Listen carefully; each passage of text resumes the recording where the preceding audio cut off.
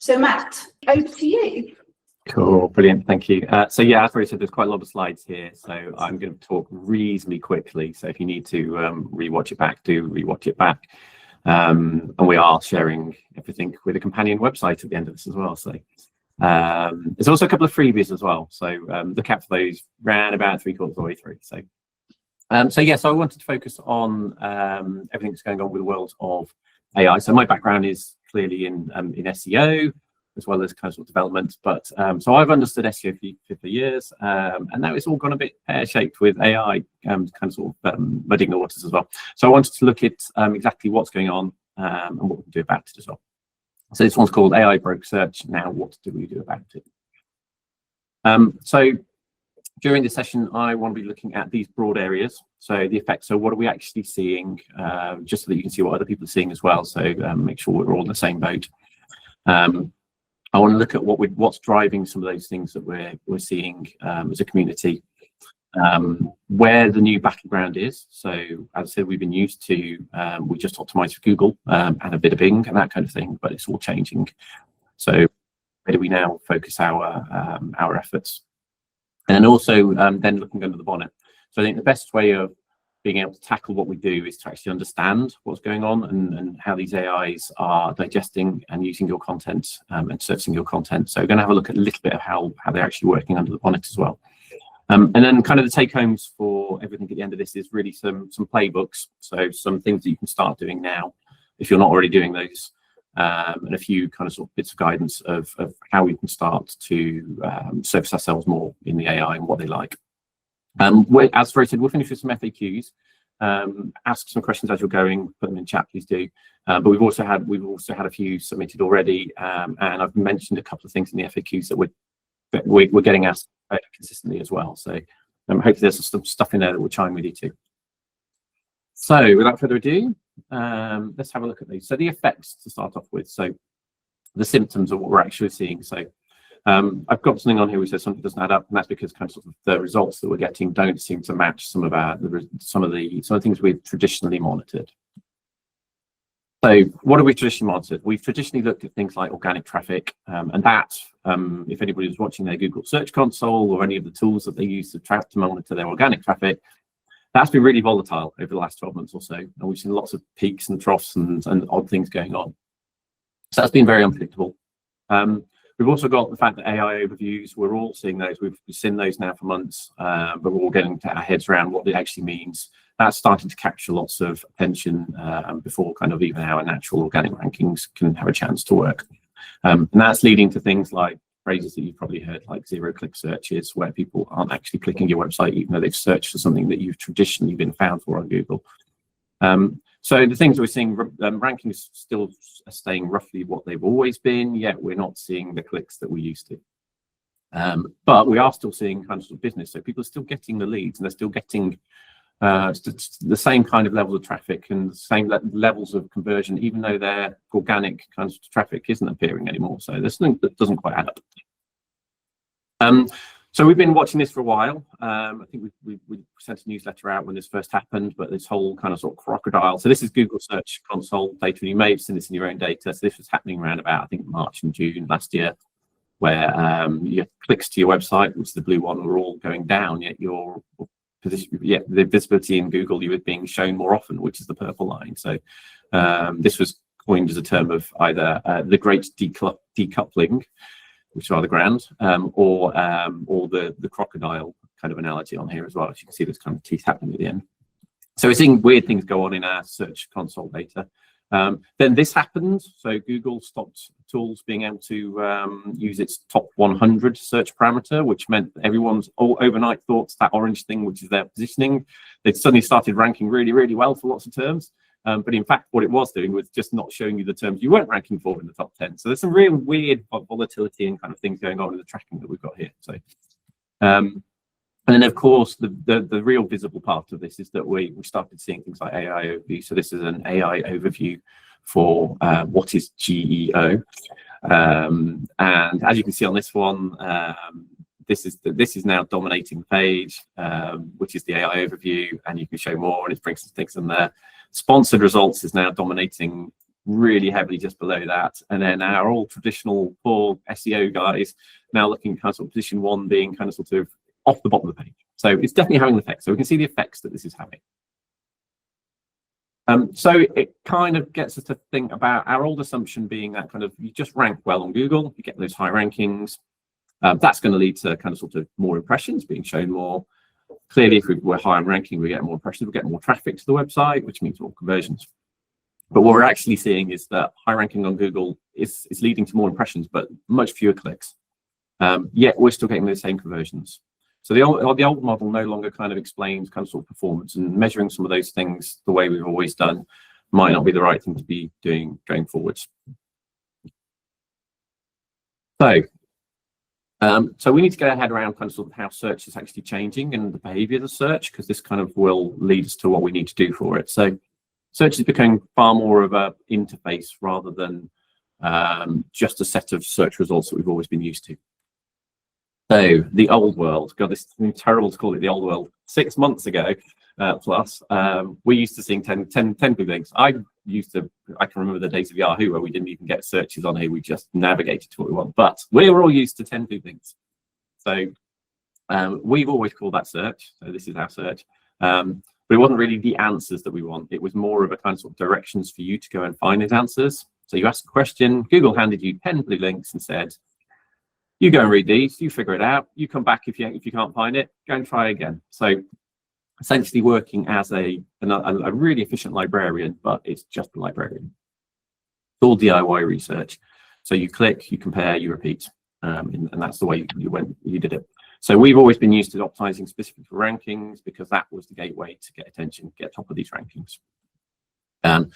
What that taught us is that we were getting better rankings when we started using 2 to 3 keywords. So we started to learn that behavior. You put 2 or 3 things, best blue widgets, you get the results you want. So we started to use as kind of the language that the search engine wanted.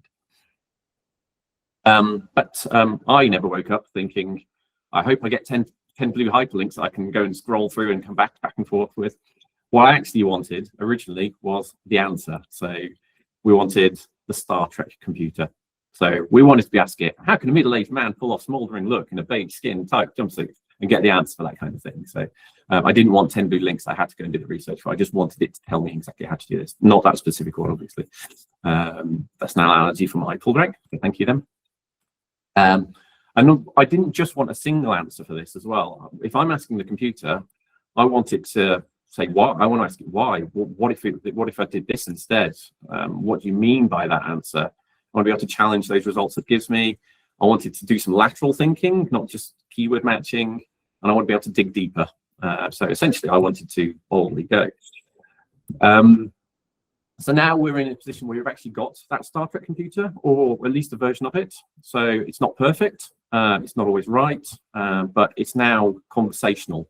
And that point is really pertinent for how we start appearing in it as well. It's a conversational engine that we now have got. So we're used to doing that 3 keywords as a search, but this fundamentally changes people's search behavior. So how users now search. So if search is becoming conversational, your content must be able to reply to that conversation. So it must survive the kind of interrogation that we're all starting to ask AI as well. So, so it's not just about being ranked for a specific 2 or 3 keywords. It's about, does it survive being questioned? So the old behavior used to be, we'd go and do short queries. So those 2 or 3 keywords. We'd probably click the first results because that's at the top, because Google thinks it's the most relevant one for us. And we might be browsing on multiple tabs and doing kind of things with that, but really it's a fairly kind of sort of, it's a safe journey. Whereas the new behavior we've got is those longer conversational queries. They're not 2 or 3 words. These are whole questions. The difference with that being is that no 2 people ask the same question over and over again the same way. So these questions appear in different kind of sort of formats, different ways that we're asking it. So we're asking longer questions as well. So if the first question isn't quite right, we'll ask it for a little bit more detail on something else as well. So we're doing this in real time. We're expecting some reasoning to actually ask to evaluate what we've asked for on multiple levels and bring back the right kind of thing for us. And the really bad thing for us marketers is a lot of this is actually happening privately, so we're not seeing a lot of this data. It doesn't come through to what we can see. So this is happening almost in the dark as well. And the last bit about this is that all of that happens, and there's a lot going on there. The actual click for what we were doing previously is actually happening an awful lot later in the journey, after we've gone down a long way down the funnel and got a lot of that information already. So the kind of click is happening on more transactional, more end of the funnel, bottom of the funnel kind of things too. That's how users are searching now. If we think about that journey, that's no longer just one search, that's multi-touch journey. So we'll be asking the AI, we'll be refining our search on that. We might be then checking out some of the brands that it brings back as well. We'll be comparing some of those. We might ask it to compare, well, which one is better of these? That might end up with a visit to a site, which would be a conversion. So the journeys are much more multi-touch. And we think about that journey, it's not just a linear journey like I've just said there. It's actually expanded massively. So journeys are not just that one linear path anymore. We might be asking AI, we might be refining, we might be searching, we might be coming back, we might be coming back later, we might be sharing that chat with somebody else. So those journeys are multi-touch, which makes it far more about where do you appear outside just the SERPs, just the Google search results pages. We need to be kind of sort of considered at many of these stages. So how do we get our visibility across all of this multi-touch journey? Okay.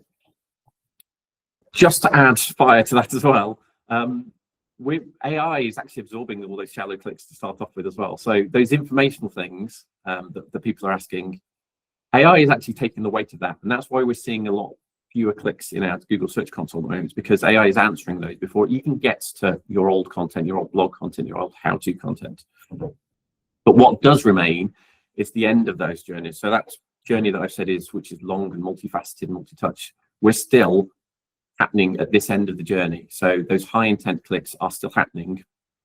And that's where we need to be thinking, that's where we need to have been considered, chosen, rather than just found.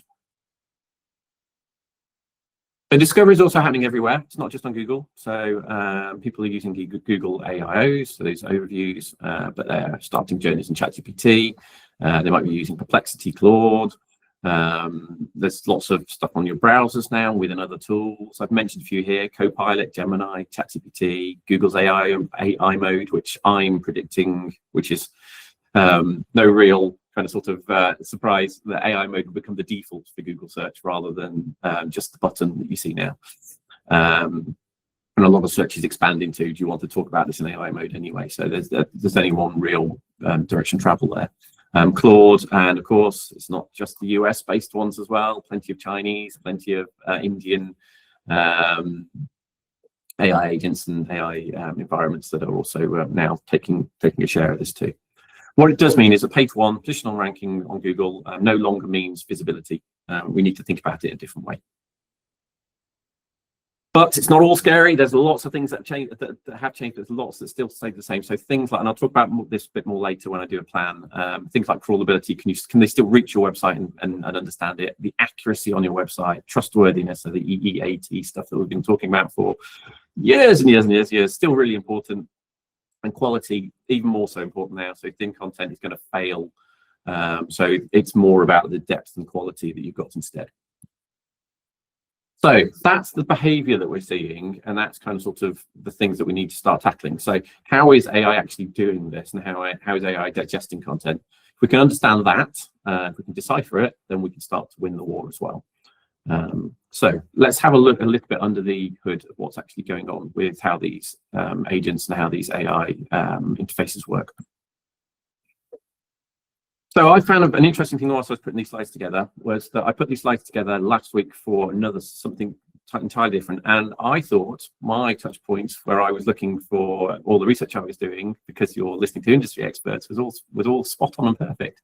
But the lesson I learned from this is that actually when you re-investigate it and actually challenge what people are putting out on the internet, as it always has been, some of it's not always quite. So I would say one of the things I've learned from doing this particular presentation is, even though there's loads of great stuff out there at the moment, including what I'm talking about today, hopefully, still question it, still validate it, still check that you really understand what's going on. So this is my version 2 of this. And the way that I like to look at it is that AI interacts with your content in 3 different ways. This all might chime if you've got to the stage of looking at your weblogs yet. Many people haven't. If you start looking at your weblogs, you'll start to see these things appearing in them. So these bots that visit your website. So there's three distinct stages for how AI is digesting your content. So there's a knowledge bank, and this is what we generally call LLMs. So, and they go off to your website. And they go to many websites, and they basically store things. So they have a large database, a large bank of knowledge, and they store them, but they store them as frozen knowledge. So this is so I think we all started to see this when we started using ChatGPT. Like, you'd ask it, who's the latest prime minister in the UK, and it would tell you somebody like from 3 years ago, and you thought, no, it's not. And that's because it's frozen knowledge. It's learned that LMS has a frozen point in time. But what that is that's the kind of stored knowledge that generally shouldn't change too much. So that's where most of the bulk of the knowledge sits with these AIs. And they come to your website, and they come to other websites, and they usually GPT bot, Claude bot, and PySpider. So that's the frozen stuff. There's another bot in there that then does, almost like Google, comes along and regularly digests your content, searches it, retrieves it, and it kind of puts it into its own index. So that's for more topical stuff. So that it can add to what it's already established more solid data.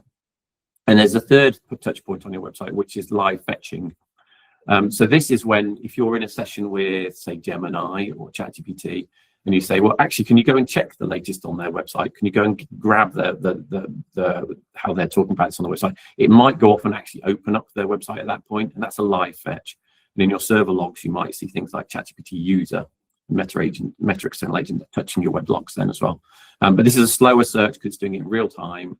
And that's what's going on with that. Now, what these 3 things need from your content. So the knowledge bank, when it comes and stores that frozen data, that's looking for evergreen content. So this is looking for content that can confidently say, I'm clear about what you're saying here. It's stable. It's not going to change. I'm going to stick it in my bank. So it's looking for authority and depth. So this is the stuff it's going to lean back on. For the stuff that indexes regularly, this is stuff which is more timely, comparison, best of, those kind of things, where if you start to put things like timestamps on your content so that it knows it's relevant and fresh, that's the kind of thing that this search and retrieval bot's looking for. So it's looking for freshness and specificity. Wow, that's hard. On your content on that.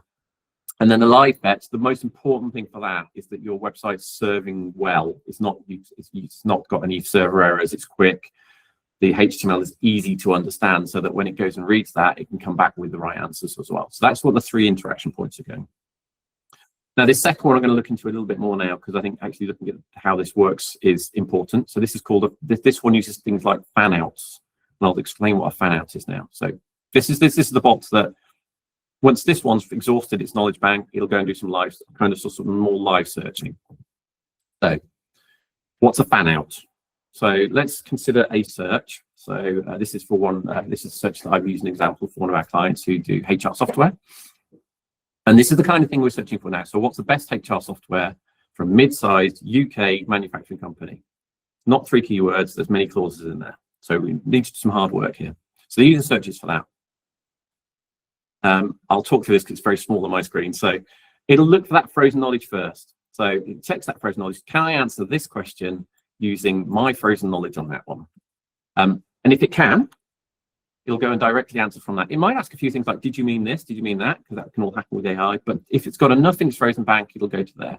Now, what happens most of the time, and this is where we're seeing the LLMs become a lot more powerful, and over the last 12 months even, they give much better answers, is they do this query fan out. So they're trying to say, well, you're actually asking many things here. Let me go and run those queries in tandem, multiple of them. So I've got 3 here. 3 is a very low number. It's probably running tens of these at each time, where it'll be trying to figure out how can I answer this best. So I'm going to look at things like HR software for manufacturing, because you've said manufacturing in HR. I'm going to run the query best UK HR software for mid-sized companies, 2026, because I need it to be fresh. HRS, which is another way of referring to HR systems. of the 250 to 500 query employees. And this might be a fan out of, like, as I said, 10s or 20 queries at once. It'll then syndicate that together. So it'll retrieve these in parallel under 100 milliseconds. And it will pull these together and give you a synthesized answer. So based on all these things, I think that this is what you're asking for. It'll filter, it'll rank, combine all those together. If it needs to, it might go back and do a little bit more of this. But it would now give you a grounded answer with citations. So what does this mean for your content? Your content is no longer just one query.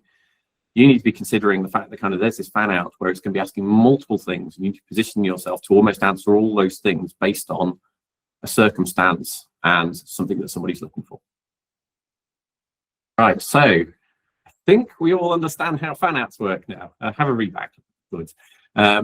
So really, there's an evaluation going on here. It's not just a keyword match. So it's no longer can you actually be found for specific keywords, but it's more, are you going to be chosen when it evaluates you against all those different terms as well? So visibility is no longer enough. The AI systems must actually select you, not just surface you. So how do we do that? So 3 pillars, as always, comes in threes. These ones actually work from the research that we've done so far and the bit of testing that we've done as well. So clarity is important. So clarity is always going to have to do creativity. Now, there's probably marketers in the room thinking, oh my God, I'm just told to be creative. It's more, we've got to also start thinking about our 2 audiences, which I'll come to in a minute. But clarity for an AI is far better than creativity, some wonderful flowery language, which might convince people. Oh God, I can see branding people already cursing me for this one. Clarity is important. Be explicit, be really structured. Make sure it can understand exactly what you're saying.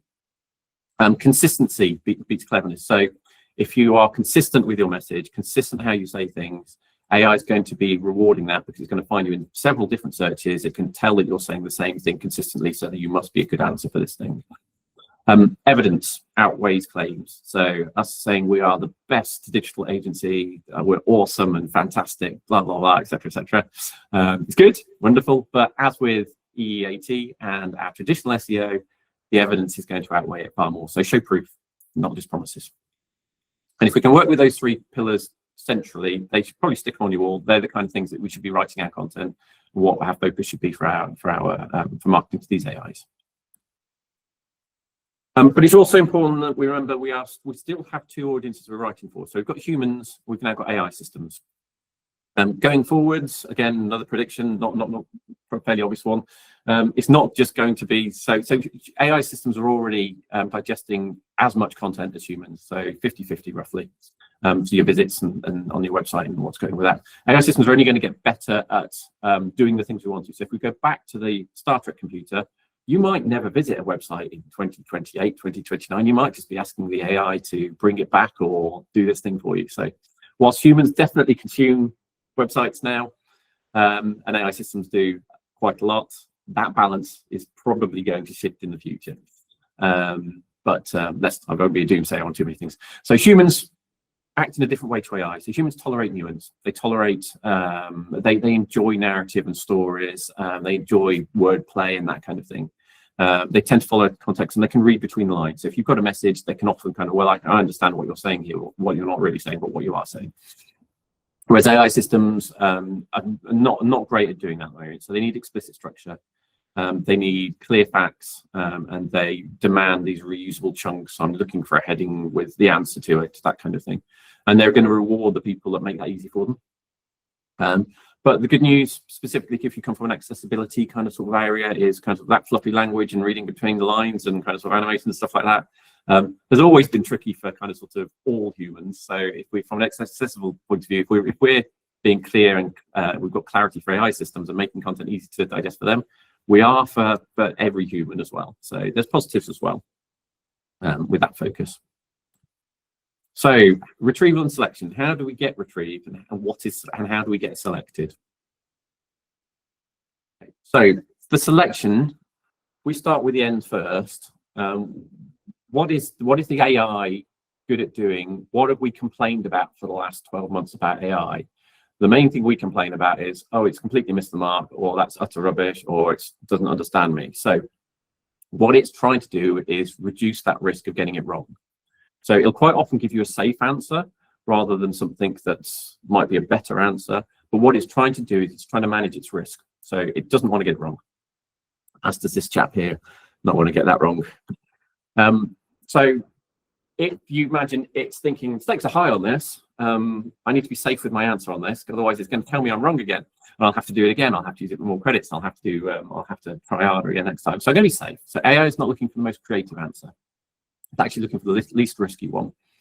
And there are some things that you can do in order to make it less risky for its answer that it gives you, which will make it happier and safer giving these answers. So I really wish I had the top of the pops theme music here, but I don't. But here are the top 10 things that de-risk your answers for AI.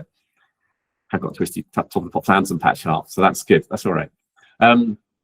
Again, this is going to be a shared artifact, so if you want these top 10s, they'll be shared at the end. But what we're looking for on this is it's looking for clear relevance, topical relevance. So it is we are asking questions. We want exact questions answered as well. So we need to be making sure that we are answering things in a question answer format. Brand signal. So I'm going to talk about brand, loads and loads on this one. Brand is really important. It's going to pick the trusted brands because they're the ones that are going to reduce the risk for what it's giving you. Brand signals go hand in hand with evidence. If you can evidence that you've done this and you've got proof and you've got people saying, yes, you did this thing, then evidence is really, really important. So that will back up your claims. So that's no longer just a claim, it's proof of those things as well. And again, you're a safer risk to surface in AI answers again. Is it easy to retrieve? So that's the selection part. Can I actually find that content and find it easily? And when I put it out to my answers, it's easy to get. So structured subheadings, matching those fan out queries is a good way to go with that. Crossword validation. So can I find citations for you? Comparative coverage. If you've been mentioned in the best web agencies in Oxfordshire, for example, and you've been compare Versantus to other poorer agency, those kind of things are great because there's people that have already compared you and said, yes, this is a trusted source because they're better than these ones. So comparative coverage is great. And then a few other things on there as well. So remove ambiguity, remove those kind of languages. And if it's something that's a timely query, freshness is very relevant as well. So this is a good top 10, but what does it mean in reality? So I've put together an example for this. So this is a scenario that might happen. I hope it does happen. So if somebody was searching for the best activity camps for kids in Oxfordshire, how might you tackle that? So this is running up to my next few slides, which is a bit of a playbook on these, so you can work with as well. So let's have a think back at kind of sort of the bits that we need to get. So we've got a top 10 already. First, a good place to start off is doing some research and figuring out what that fan out is. So this might mean doing a little bit more work, and if you use SEMrush or if you use SC rankings or AdWords keyword tool, a bit of that. So what will the fan out look like? So it's going to be things like activity camps in Oxfordshire. Sorry, this is a bit small. It's going to want to know what the booking process is. It's going to know what sports versus creative camps comparisons. There's going to be lots of stuff going on there that might come into those queries that we saw in those fan outs as well. So document that, figure out what people are going to search for and what those other kind of long tail terms are going to be. If you haven't already got it, create a page. I'm going to show you a tool very shortly which will look at your existing pages to see if they're actually if they're doing this as well, but that's to come in a second. So create the page. So a page here might be the best activity camps for kids in Oxfordshire, which kind of matches what sentiment's going on here. And you need to be kind of, some of the content you'll be looking at is what is the AI looking for? It's looking for clear age ranges. It's looking for which locations are being served. It's all in this query.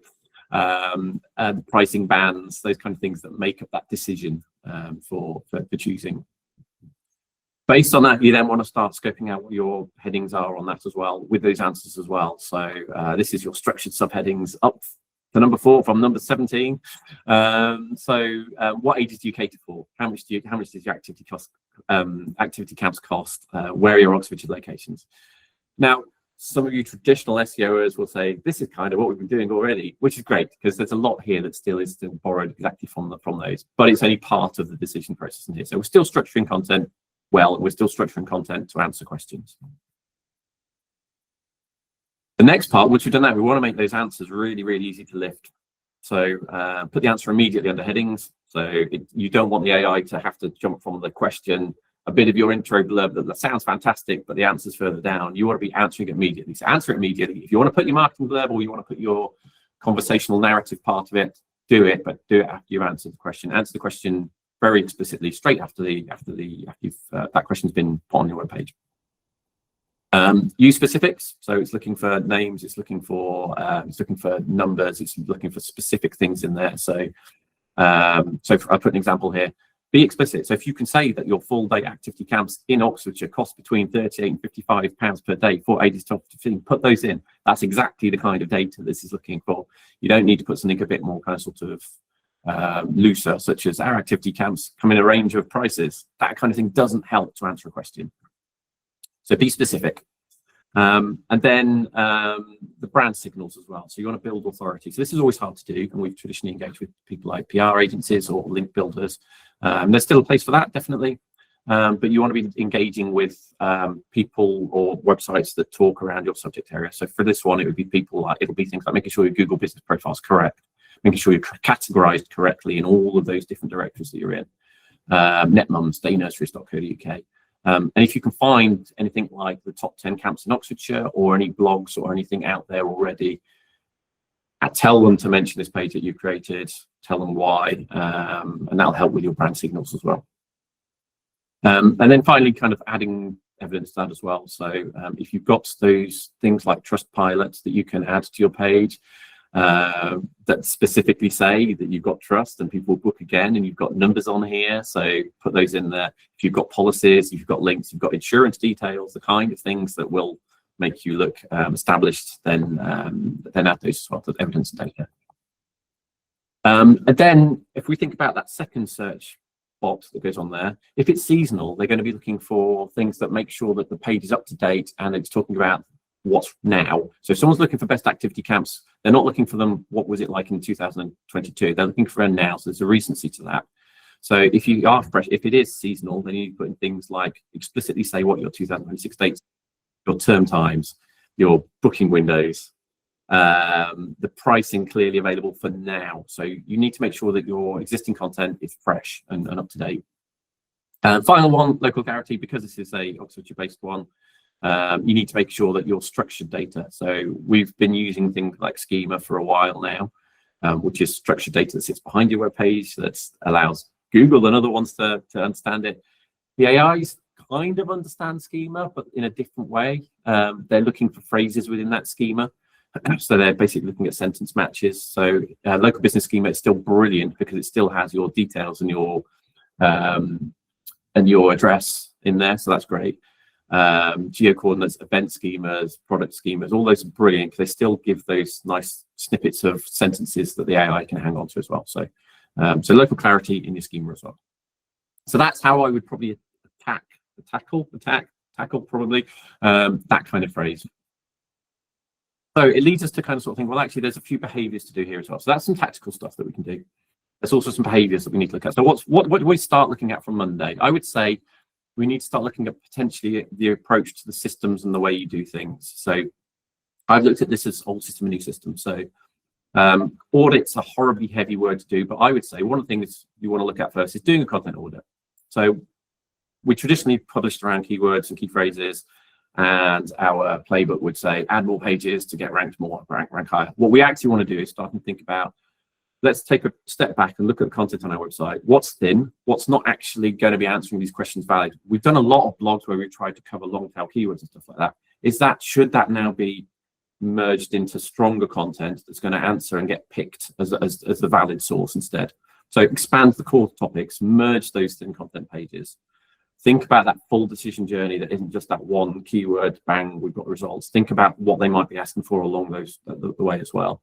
If you've got any duplicate content on your website, remove it. You want to get picked for the best part, the best content you've got on your website. So if you've got really close related stuff, probably from an SEO perspective, you don't want that anyway. But if you've got really close related stuff, merge it together. So that's your content. Also think about publishing. So we're used to this churning out blog after blog after blog because we need lots of blogs on there because that shows we're doing stuff and we're recent and we're doing that kind of thing. So let's post a new blog every week. Again, I would take a look at that potentially and step back and think, well, actually, let's not just produce more and more of it. Let's have a look at what we've currently got and expand the high value pages. So focus your efforts onto making those pages where we haven't got that content that we've just been saying is looking for. Add that content on there. That's your first place to look here. So your publishing system should be more about monitoring how well your content's doing for those fan out searches, how well your content's doing for stickiness and being exposed and being the final step in people's things. So treat those pages more like long-term assets, not like a marketing campaign. Get a blog out quickly, get a landing page, see if someone comes. So treat it more like evergreen content. The third part of this is we need to have a little bit of a mindset of what we're measuring as well. So we've always managed rankings, sessions, and traffic spikes. I can't believe I'm going to say this. These, yeah, we shouldn't just be monitoring rankings anymore. What actually matters more is things. So from an AI's perspective, are your conversion rates, the assisted conversions, what's actually assisting those conversions to get out over the line, and looking for those commercial queries. So there's more intent. I want to buy. I want to engage. I want to work with you. And so things like early signals that you might want to be watching as well, I think, like AI citation presence. So this is where you probably need to step into. There aren't many tools that do this, or there aren't many tools that do most of this, but you might want to be even just doing some manual searches on Google AI overviews, on ChatGPT, and figuring out if you've got some set things you're monitoring. Am I appearing for it? Am I not appearing for it? It's a little bit kind of sort of old-fashioned way of doing it, but at the moment, that's kind of where we're at with the industry. You might also want to look at your server logs for AI bot visibility. We can help with that if you haven't got access to your server logs. Where you can actually see how often is your site being visited by those 3 different bots that we've talked about. And then building brands. So our old system was optimized pages to rank. Now it really needs to be about earning those mentions, publishing original stuff that will get mentioned, sharing that with people, going out to influencers, influencing websites, influencers even, and asking them to share as well. So aligning your PR and your SEO is probably more important than it ever has been as well. And be consistently categorized. So make sure if you're categorizing yourself as a specific thing, you do that consistently across everywhere, so that again the AI has that consistency that it can de-risk itself from. And then the last one for me is probably kind of what we've been doing for the past few years anyway, is don't just keep doing what you're doing. So reflect on what you're currently doing. There are lots of things there I've just said you need to change. The best thing to do with that is to keep an eye out for everything. So talk to us. Monitor anything that's changing the AI interfaces. As I said, I think that AI mode is going to move to the default mode for Google. Watch any placement shifts, pressure tests things quarterly, and read stuff. There's loads of references that we do. We might send out a reference list as well that tells you exactly what you should be doing and what to monitor and what's changing as well. So keep ahead of things and be ready to change. We've been kind to you. We've created a full checklist. There's a blog on our website. I won't click on it now because I can see the time. There's a full checklist on there. So if you want some tactical stuff to do, go and find the Versantus AI optimization checklist. That tells us a bit of a summary of what we're talking about today, but it also gives you a spreadsheet. If you want to copy and paste that and tick box as you do things, then that's there for you. What I will say, we do that's an awful lot of heavy lifting. We've talked about loads of stuff you can do here. Whenever we have heavy lifting, Rose, have we got enough time to do a demo, or shall I just describe the demo? I think describe the demo, because I think your FAQs are more important. Cool, excellent. So whenever there's heavy lifting, we tend to create a tool for it. We have a tool that will go and do all those things. It will have a look at your Google Search Console and figure out where your fan outs are and what you should be ranking for. It'll look at your web pages and tell you why they're not set up for AI to read them the best that they could and retrieve them, and it'll give you all the changes you need to make on those changes as well. This is a tool that if you're one of our clients on this call, I'm looking for some guinea pigs to give it a go. So if you fancy having a go with it, it doesn't update your content. It will, not yet anyway, it will give you the advice of what to change. So if you want a bit of a shortcut to the end and you don't want to go through the spreadsheet and do it all manually, then please talk to me or Rose. Be a, I would say guinea pig, but her also maybe potentially. Cool, fantastic. Great. So thanks, Alison. You're number 1 on the list. Good. And then the final bit for me is checking has it worked. So we're making all these changes. It's still new. We don't know if it's going to work entirely. We're following best practice on a lot of this. We are doing some of it already ourselves, so we are monitoring it, but it's still so early to figure out if this is the right tactic. So So what you need to do is, what I think is, don't answer the wrong question. So currently, I think we've always been used to saying, has it ranked? Have our rankings improved? Whereas actually, I think we should be measuring 3 different things. I think we should be measuring kind of sort of intent and quality. So looking at those assisted conversions, looking at sales cycle length, we should be looking at brand strength. So how well is our brand out there? So the voice of the consumer and that kind of thing. How many mentions are we getting out there? And then lead quality and some of that bottom of the funnel queries. So are we still appearing when people get to the end of that wiggly path? So they're the ones that we want to be found for, and they're the ones that we want to be getting those organic clicks for when they actually get to that stage as well. So there's a shift in what we want to be monitoring as well. Again, we've got a spreadsheet for this, and I would say the biggest thing for this, just start. Doesn't matter how rough it is. This is our spreadsheet, and it's as rough as. But what it does mean is that it gets you into thinking, as I said, start Monday. Figure out what those prompts are that you want to be appearing for, and start tracking it now. We could probably share a spreadsheet for this as well, but it is very rough and ready, so that's another tool we can share. Yeah, start tracking it now. So FAQs, Rose, do we want to take any FAQs that we've had already, or shall I go through the ones that we've had submitted that I can just reel through? Go through these ones, Matt, because these are the ones that we've already had sort of sent in, and we know are coming up in discussions we've had. Cool. A couple in the chat, so we can pick those up.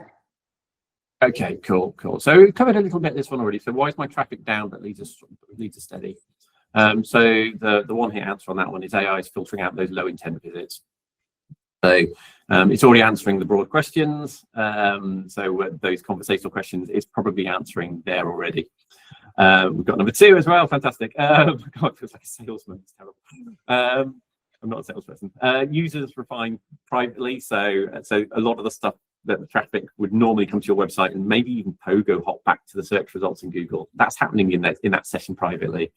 And the click's actually happening much closer to the end, as we kind of discussed already. So you're kind of losing that curiosity traffic, but hopefully you'll be keeping the higher intent traffic at the end. So you'll be missing some of that research traffic. And you can see that in your Google Search Console. If there's a few niche tricks you can do in Google Search Console, and Marketing Manager Luke shared one with me this morning, where you can start to look at kind of sort of those short keywords versus the long ones as well. And you can see the long ones you're kind of not appearing for so much, but you are getting the high intent ones, which is the final part of it. A few things to do on that. We're sharing these slides, so I'm not going to go through all the things to do on these, but the main thing to do really is to not worry too much about that curiosity traffic. As long as you're still getting the high intent, you're still getting the conversions as well. If they're drying up, then you need to have a look at it. Okay, so should we still write blogs? Yes, we should, but not volume of blogs. So the whole era of, I think, 300 words was the old way, and then we need to write more words because that will help even more. So everyone's writing 500-word blogs, etc., or 1,000-word blogs, whatever. But that kind of sort of commentary on industry news, everybody does, but you had to write it so that you could show that you're also talking about it. That kind of mass blanketing blog kind of stuff is really probably not the way to do it.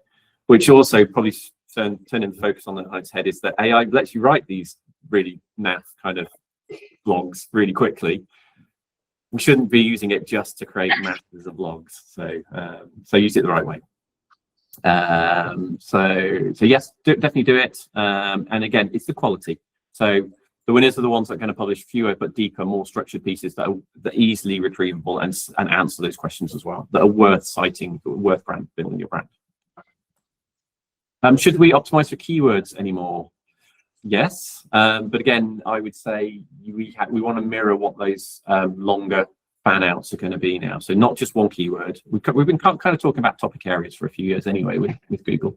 But more, we should be actually still monitor keywords, but we want to be looking at monitoring whole topics as well. So as we know, it decompresses those single queries into many queries. So things like, rather than tracking just web design agency, we want to be looking for a host of different things that we want to be potentially monitoring as well. So yes, definitely still use keywords, but we're answering questions and we're more conversational about how we write content now. If brand is so important now, what should we actually be doing? So again, the main thing on this one is making AI de-risk things. So make sure your brand is trusted is the main thing. So that's citations and things. So I'd say the 3 things to start doing now is have a look at that content, what you've already got, make sure it's worthy of getting citations, if there's some original research you can do, so any original data you can do there. And again, proving that data as well is really important. So again, AI can de-risk its answers. So pitch those to people as well. So if again, if you've got a PR company, great. If not, there are ways of pitching these things to people as well. There's plenty of searches, Google hacks you can do to find where you could be publishing your blogs or rather your good content and asking for people to link back to as well. And make it structurally obvious. So again, we talk about this a lot, but yeah, make it really obvious that you've got data chunks and questions followed by answers as well. So, so that's one way of getting brand out there. Will PPC become more important? It's interesting. So I think the first spreadsheet, the first screenshot I showed, or one of the first ones, showed that there's this great big section now sponsored that seems to dominate above organic. It's only pushing things further down. We're actually seeing PPC become a little bit of a revival, a little bit more. So the PPC is definitely getting more traffic as over the past few months. And the kind of sort of the bits we really focus on is this commercial intent. So whilst AI is answering kind of sort of the top of the funnel stuff, even middle of the funnel stuff, PPC comes more about kind of grabbing that final part of the pie. And it will, I think, I don't know if I've got this as another question, but PPC I think will start appearing more and more within the actual ecosystems, the AI ecosystems as well. So if we're going to AI mode for Google, you can be sure as hell, and I think it already is, that the ads are going to be appearing in there as well. So in fact, that's what this question's asking: where will it actually appear? So where the intent is strongest. So again, your ads will be appearing against and some of the conversational stuff because it will answer some of the conversational stuff, but that's only really for brand awareness. You're not going to get the click. PPC is about commercial and driving kind of sort of results. So really kind of sort of, even though it's going to be happening in some of these things, so AI overviews, I think Copilot's potentially already got the stuff in it, although I'm not a Copilot user, so I have to verify that one. But as these kind of interfaces become more about primary places to go, that's obviously where the revenue is going to be created. So they can be within those as well. So again, just monitor what's going on. Search engine journals, great for this kind of thing. There's lots of PPC hero kind of things as well, which are useful to have a look for the future of that. We're already seeing PPC ecosystem change anyway, that ads are getting managed more and more with AI as well, which are only going to link into these systems too. So expect those ads to be in there, and if your PPC agency isn't ahead and telling you these things, then you need to push them on it. Make them earn their buck right now, because PPC's had a really easy time over the years. Make them earn their buck now.